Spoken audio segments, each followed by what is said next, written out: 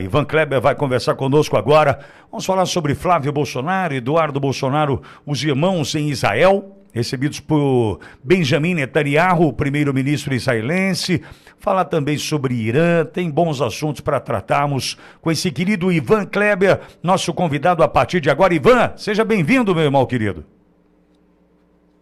Boa tarde, Pitoli. Uma saudação especial aí a toda a audiência da Auriverde, o Borgo, sempre uma alegria estar por aí. E ainda mais para repercutir a bandeira brasileira tremulando lá em Israel, né, Pitoli? Lembrando, já inclusive tratamos do assunto aqui hoje, Ivan, e falávamos sobre Lula, persona não grata, Lula que acena para grupos terroristas, né, que apoia Irã, e a gente sabe que Bolsonaro sempre foi no sentido absolutamente contrário a isso, a exemplo dos filhos que ali estão, sinalizando também para Trump, né, o que pode ser, né, esse Brasil nas mãos da família Bolsonaro novamente, né, Ivan? Pois é, Pitoli, eu venho dizendo que, na minha opinião, a gente precisa falar pré-candidato, né, por causa dessa questão eleitoral, enfim. O senador Flávio Bolsonaro, ele começou, digamos assim, uma espécie de turnê mundial. É o período para fazer isso agora, porque a gente sabe que depois de março não vai ter tempo, né? A prioridade é a campanha, etc. E ele não poderia ter começado por um país melhor, viu? Quem sou eu, né? Mas se eu pudesse dar um conselho, eu teria dito justamente comece por Israel. Me chamou a atenção a maneira que o Benjamin Netanyahu, o primeiro-ministro de Israel, chamou ali, citou o nome dos dois ontem à noite, né? Dizendo dos irmãos Bolsonaro, que estavam presentes num evento extremamente importante. Hoje, eu não sei se vocês comentaram, mas é o Dia Internacional em homenagem às vítimas do Holocausto, e esse é um evento internacional contra o antissemitismo, né? Eu estou acompanhando as redes sociais, Pitoli, e o Flávio Bolsonaro discursou em inglês em um evento, acho que foram vários eventos ali, né? E ele discursou em inglês e está repercutindo muito, viu? Olha, tá tendo uma boa aceitação por parte do público fora do Brasil, né, que esse evento alcançou, e repito, é impressionante como o Benjamin Netanyahu, o primeiro-ministro de Israel, gosta do Brasil, e não sei de bastidores, mas ele gosta muito da família Bolsonaro, isso fica bem claro, ali a maneira que ele chama os dois irmãos, né, e quase que como tendo um orgulho de anunciar que eles estão ali representando o Brasil, enfim, nesse evento, a gente viu pelas fotografias. Então, eu acho extremamente importante essa conexão com Israel. E, Pitoli, eu acho que essa é uma eleição de primeiro turno. Vocês que estão aí no Brasil podem falar muito melhor do que eu. Mas eu acho que essa eleição presidencial de 2026, ela é uma eleição de primeiro turno. Então, cada conexão, cada apoio, cada contato, enfim, pode gerar ali votos que podem ser decisivos para decidir a eleição no primeiro turno. E a gente sabe do tamanho da comunidade judaica no Brasil, não é? E depois dos eventos do ataque terrorista, melhor dizendo, do 7 de outubro, lá em 2023, o posicionamento do governo brasileiro, tanto em relação ao Hamas, ao ataque terrorista, e depois também, a gente vai falar daqui a pouquinho, rapidinho, sobre Irã. Então, eu acho extremamente importante, e a gente já pode definir como um sucesso essa passagem dos irmãos Bolsonaro, como disse o Benjamin Netanyahu, mas, obviamente, né, o Flávio é o pré-candidato, então, um pouquinho de destaque a mais aí para a candidatura. Teve até um membro do governo do Benjamin Netanyahu que desejou sorte a ele, e pode ter certeza que Israel está de olho nessas eleições no Brasil, por motivos que a gente já comentou aqui várias e inúmeras vezes, analisamos a presença do Hezbollah na Tríplice Fronteira, a parceria que Israel vem assinando aí e fechando com o Paraguai, com a Argentina, seria estrategicamente muito importante, então, um governo alinhado com Israel também no Brasil, e ficou bem claro isso, que os israelenses veem em Flávio Bolsonaro justamente essa pessoa, na impossibilidade. Eu acredito que o Netanyahu, e aqui é uma opinião, não é apenas não é uma notícia, mas é uma opinião, de que, obviamente, que o Benjamin Netanyahu gostaria de ver o Jair Bolsonaro, né, o presidente Jair Bolsonaro, como candidato. Mas, diante do atual cenário, Flávio foi muito, muito bem aceito e pode fazer grandes coisas aí em parceria, e os dois países podem sair ganhando, tanto o Brasil contra Israel, Pitoli. E um aceno para o Trump, né, Ivan? Entendo dessa forma também, né? Eu concordo. Olha, eu até vou me estender aqui um pouco numa questão assim. Nós estamos vendo aí essa lua de mel, esse conversa, liga e manda e-mail, não sei o quê, do Trump para o Lula. Se existe uma pessoa na face da Terra que pode pegar o telefone e conversar com o presidente Trump e dizer, olha, o que você está fazendo com essas conversas com o Lula, e alertar ele, é Benjamin Netanyahu, tá, Pitoli? Obviamente que eu não tenho bastidores da conversa do Flávio, do candidato Flávio, pré-candidato Flávio com o Benjamin Netanyahu. Não sei ali quais foram os assuntos abordados, preciso ser bem sincero, mas se existe uma pessoa que pode justamente alertar, digamos assim, o presidente americano Donald Trump em suas conversas com Lula, é Benjamin Netanyahu. E o Trump respeita muito Benjamin Netanyahu, é uma das pessoas que o Trump mais respeita no mundo. E sempre que o Netanyahu, de alguma maneira, solicitou algo ao presidente americano, esse pedido foi aceito. Quem sabe aí o Flávio não teve uma conversinha ali com o Benjamin Netanyahu, dizendo, primeiro-ministro, dá uma ligada aí pro Trump, explica para ele melhor a situação do Brasil, que o Benjamin Netanyahu não precisa de lobby, não precisa contratar nenhum escritório, não precisa nada. O Benjamin Netanyahu simplesmente pega o telefone e liga pro Trump, e uns 20 minutinhos ali ajudaria e muito o presidente americano a entender melhor o quadro político e o que está se passando no Brasil agora. Então eu concordo plenamente com você, Pitoli. Além das imagens, né, como eu disse, ver de novo a bandeira brasileira do lado da bandeira de Israel em um evento é extremamente importante. Eu, como brasileiro, fico muito feliz. Tudo isso é válido, mas se eventualmente o primeiro-ministro Benjamin Netanyahu fizesse favor aí para os brasileiros, aí realmente mais do que um sucesso seria uma visita histórica de Flávio Bolsonaro, que até em certa medida já foi, né? Sim. A Israel, Pitoli. Agora, Ivan, ao mesmo tempo, já vou passar para o Bogo. Eu não vi nenhuma fala dos canhotinhas dizendo que feriram a soberania, os irmãos Bolsonaro, que atacaram a soberania ao visitar Israel, porque Lula é persona não grata. Não temos embaixador em Israel. Aliás, a porcaria que a gente tinha lá, eu conhecia, melhor nem ter. Porque eu me lembro, no dia da visita a um kibbutz, o kibbutz de Niroz, eu me lembro desse embaixador, era Meyer, só me engano o sobrenome dele, que ele disse o seguinte, eu vou visitar um kibbutz, eu não sou masoquista. Palavras do embaixador do Brasil em Tel Aviv. Ou seja, olha o tamanho do absurdo. Então é melhor nem ter mesmo. Mas eu não vi nenhuma manifestação da esquerdalha dizendo, olha, estão atacando a soberania, visitando um país que classificou Lula como persona não grata. Não vi nada nesse sentido ainda, Viva.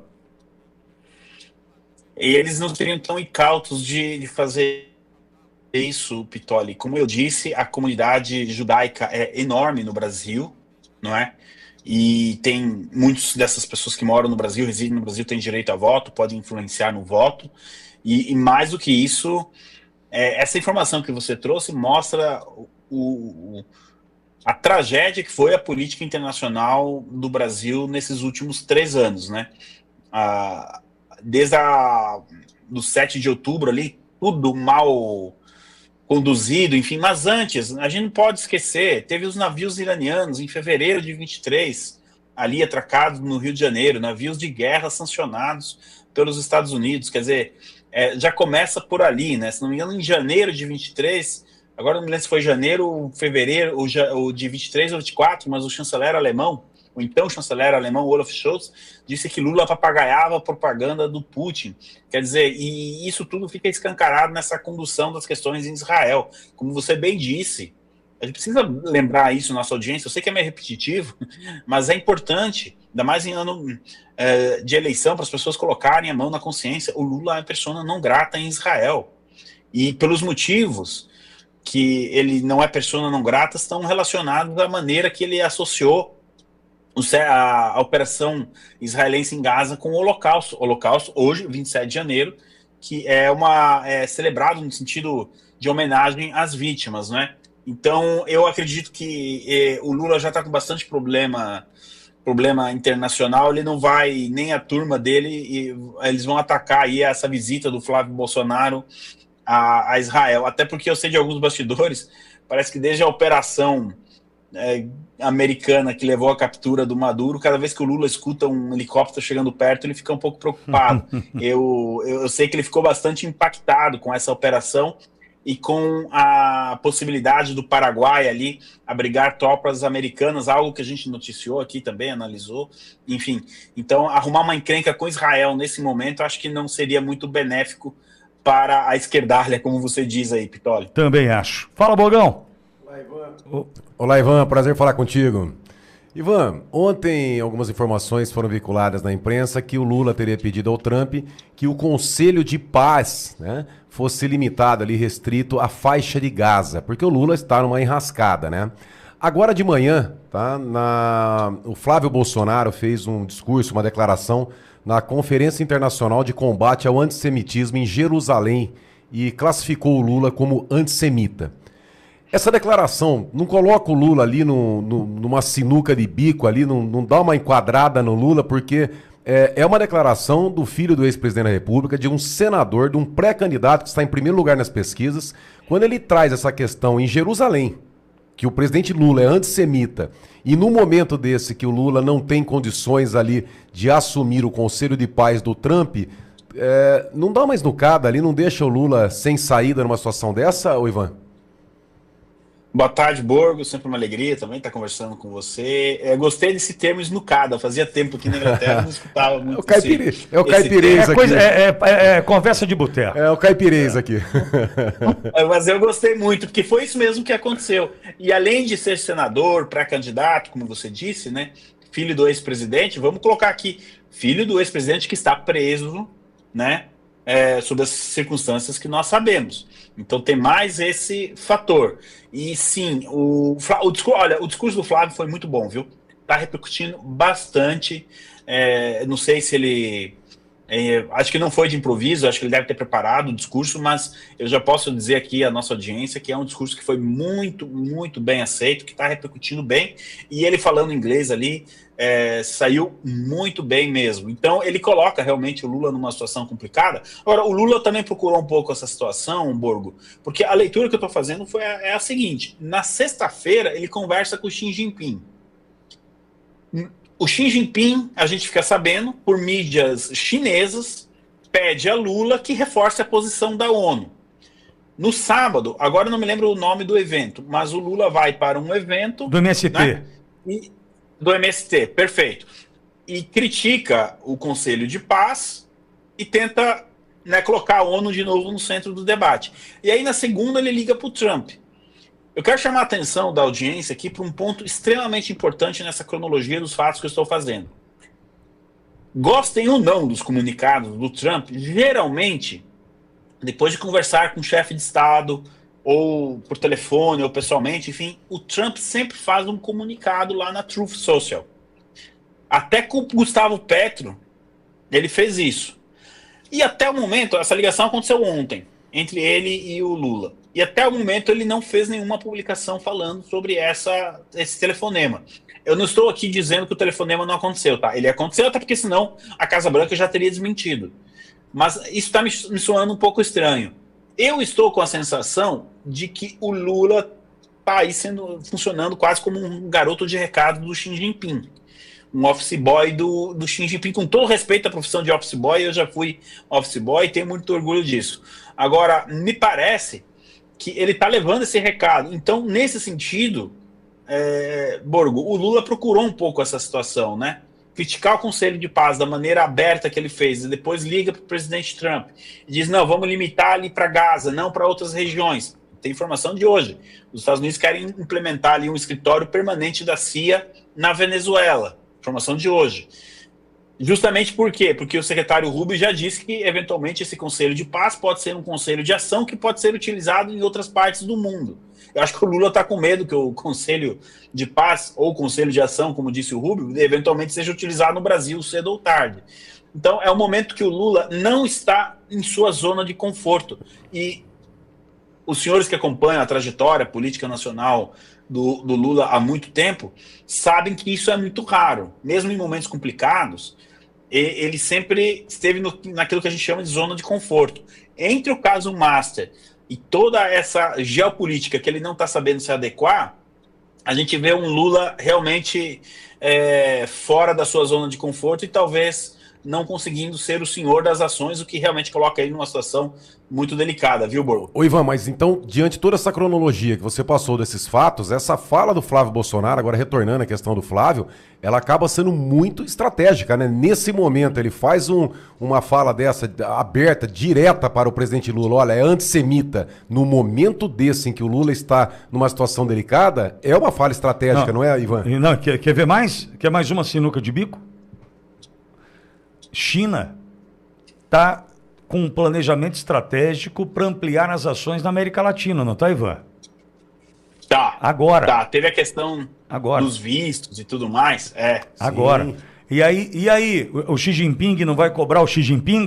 É claro que vai. Não, A cobrança vai de todos os lados. volto na questão do Lula. O Flávio Bolsonaro atribuiu ao Lula que ele é antissemita. Ele vai falar o quê? Ele vai ficar quieto? Ele vai falar que não? Ele vai falar que é? Nesse momento, como é que o Lula se posiciona? Sem falar que uma esquerda mais stalinista, né, as várias vertentes da esquerda aí, realmente esconderam uma posição anti-Israel.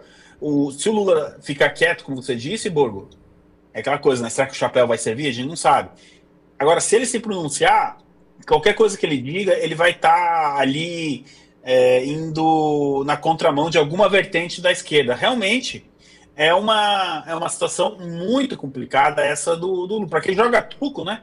É como se o Flávio Bolsonaro, nessa questão específica, tivesse gato e copa na mão, né? E aí o Lula não teria muitas cartas para jogar, a não ser, de repente, pedir para sair da mesa. O que seria pedir para sair da mesa, nesse caso? Ficar quieto, não responder as declarações do Flávio.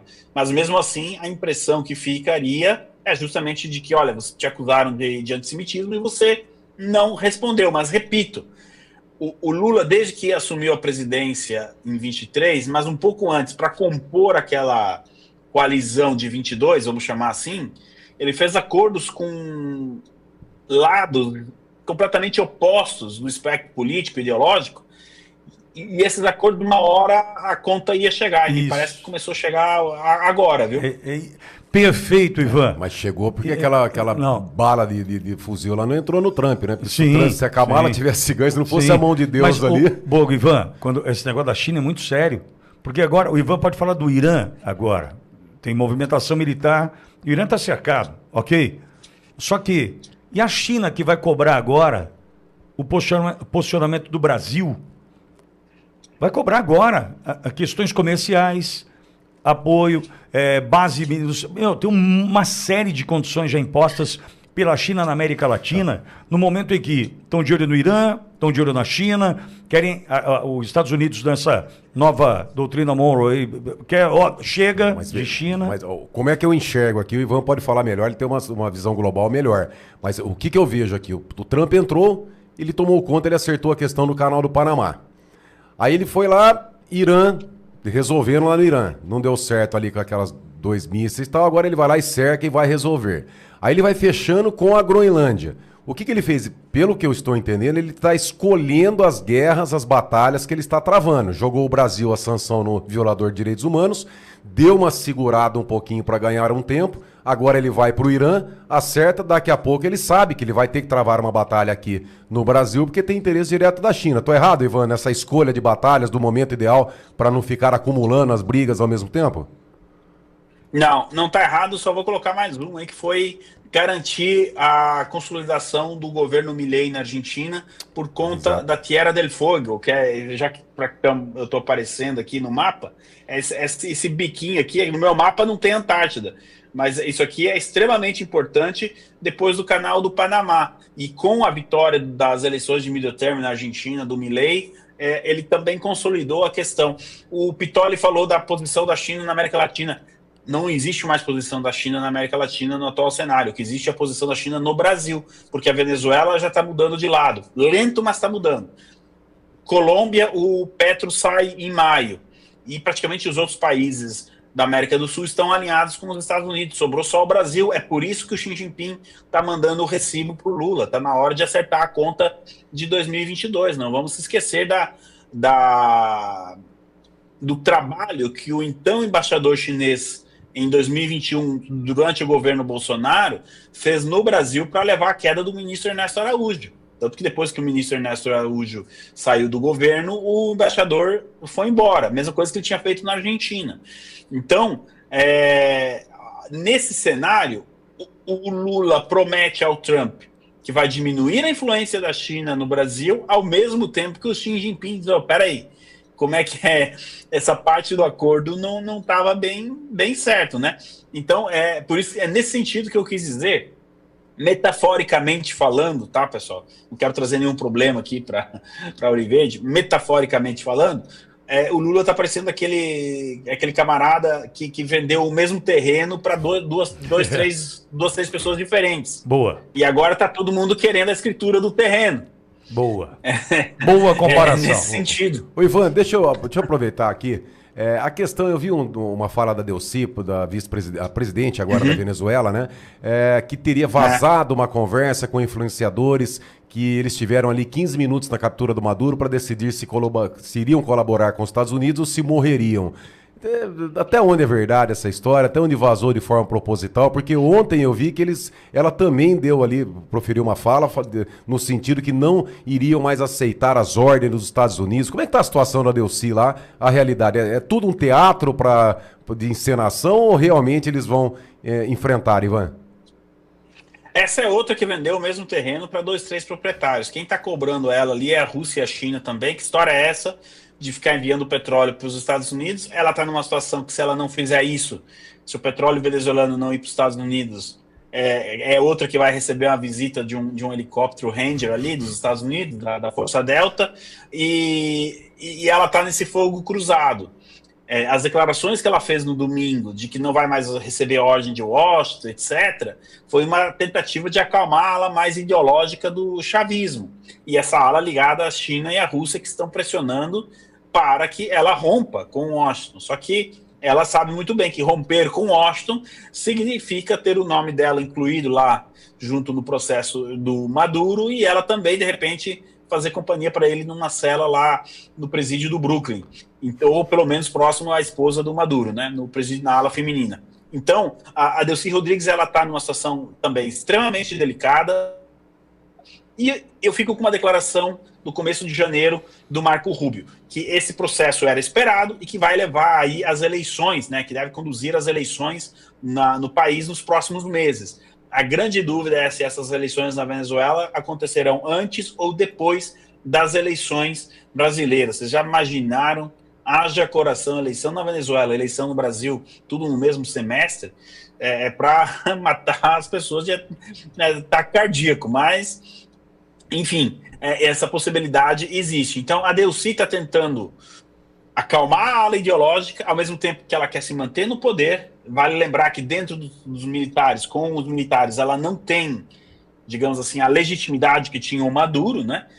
Com a ala militar, com a ala ideológica um pouco mais, ao mesmo tempo que China e Rússia pressionam ela, e do outro lado, ela tem ali 30% da maior frota naval do mundo apontada para o Caribe, porque, atenção, a gente está vendo uma enorme movimentação militar dos Estados Unidos no Oriente Médio, já há uns 10 dias. Hoje é que saíram alguns aviões ali do Caribe em direção ao Oriente Médio para reforçar esse posicionamento, mas o 95% do que está ali fica. Esse é um recado, obviamente, também para o regime cubano, mas também para Delcy Rodrigues. Inclusive, circulou a informação nos últimos dias de que as forças Delta, elas estão ali ainda no Caribe. Isso aí é o recado, é a maneira diplomática do Trump conversar com a Delcy. A Força Delta ainda está no Caribe. Essa Força Delta, só para lembrar a nossa audiência, é a mesma que capturou Bin Laden e capturou Maduro. Acho que para capturar a Delcy não vai ser muito difícil. Então, essa aí é outra que está no fogo cruzado, danado, tentando se sustentar no poder. Vamos ver até quando. Ivan, você quer falar do Irã também, né? Rapidinho, Pitoli. Ontem nós tivemos a confirmação do porta-aviões Abraham Lincoln chegando na região. Ele já está em área de combate, digamos assim. Isso significa que os aviões que ele leva, né, já podem atacar o Irã e voltar para o porta-aviões. E a gente está vendo uma movimentação militar, como eu dizia aí já agora, nessa questão do Caribe, muito grande. Ontem o presidente Trump, ele mesmo confirmou que a presença naval no Oriente Médio e em condições de atacar o Irã já é maior do que a que está ali perto da Venezuela.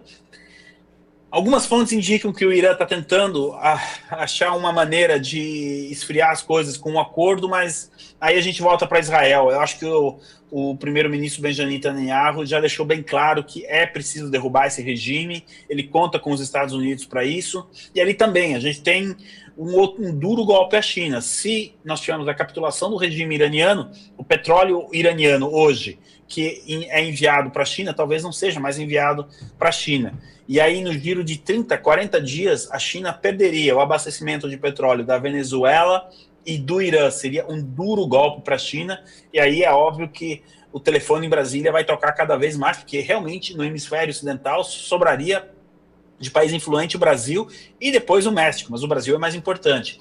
Atenção, eu recomendo à audiência, então, que fique atenta aí às questões do Irã, porque pode ser que nos próximos dias a coisa esquente por lá. Eu não tenho ainda nenhuma confirmação de que o ataque é iminente, mas aquela preparação para um ataque está sendo feita. Se vai acontecer ou não, a gente vai descobrir nas cenas dos próximos capítulos, Pitólio.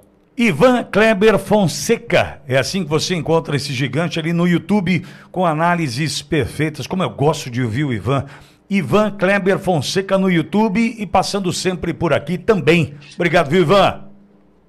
Valeu, Pitoli, um abração pro Borgo e uma saudação especial a toda a audiência. Bom prosseguimento de programa aí. Valeu, Ivan, querido. GG de volta.